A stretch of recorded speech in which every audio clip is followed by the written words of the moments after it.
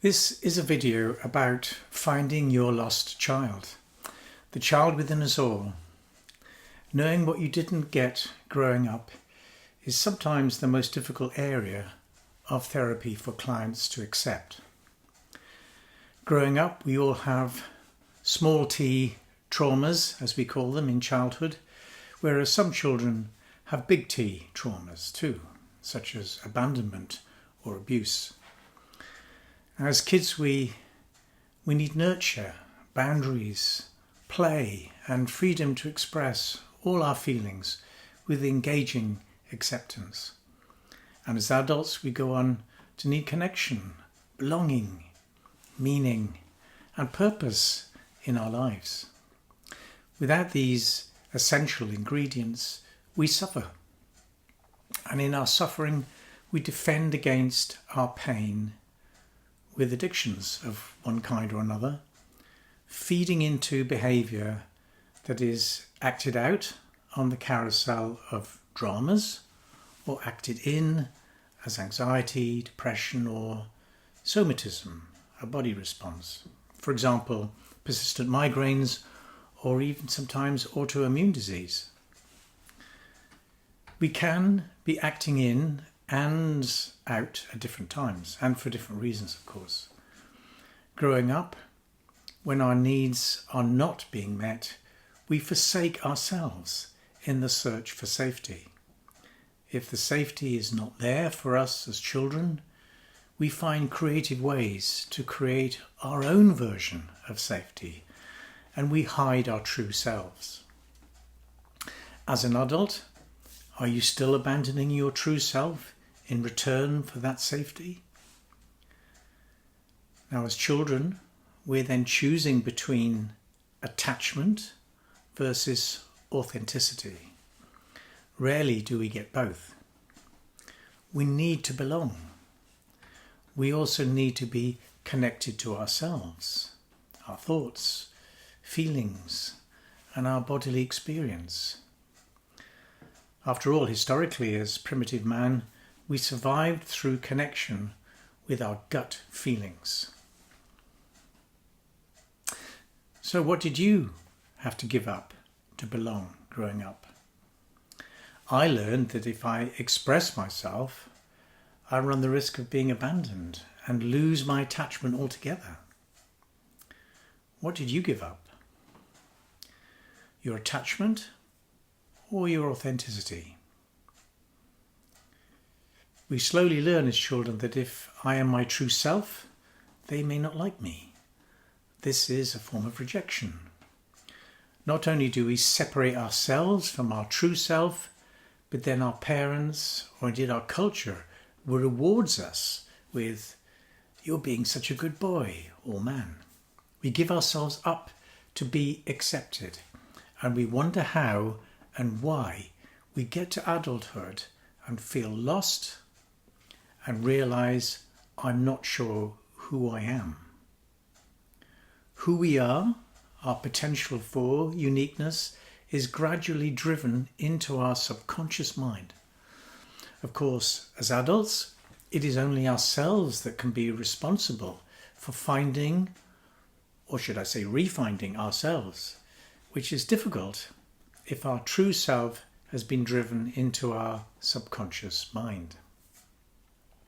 So how do we consciously learn to take responsibility for our unconscious sense of self? Well, we can look for repeating patterns of behaviour. For example, persistent relationship problems. You can also allow yourself to explore your triggers or wound activations, as I call them. For example, if somebody forgets your birthday, you may experience this as a personal rejection rather than life just gets in the way. You can observe how you protect yourself. How do you protect yourself? My default setting is withdrawal rather than the other limbic brain responses of fight or freeze. My withdrawal is going into myself and endlessly analysing what I did wrong. So get curious about yourself with compassion. Help yourself build your own inner acceptance to create the right environment for the unconscious to become conscious. All aspects of yourself, particularly the parts of you don't like or even loathe, need self-compassion. Accept that these aspects of yourself are providing a function and for that reason need to be honoured. The child who's being hurt or neglected only believes she or he has two choices. Either my parents don't know how to love and care for me, is one explanation, or there's something wrong with me. If it's the latter, they then have to work hard to fix it. For example, to travel that endless journey of attempting to fix what's wrong with you. There is nothing wrong with you.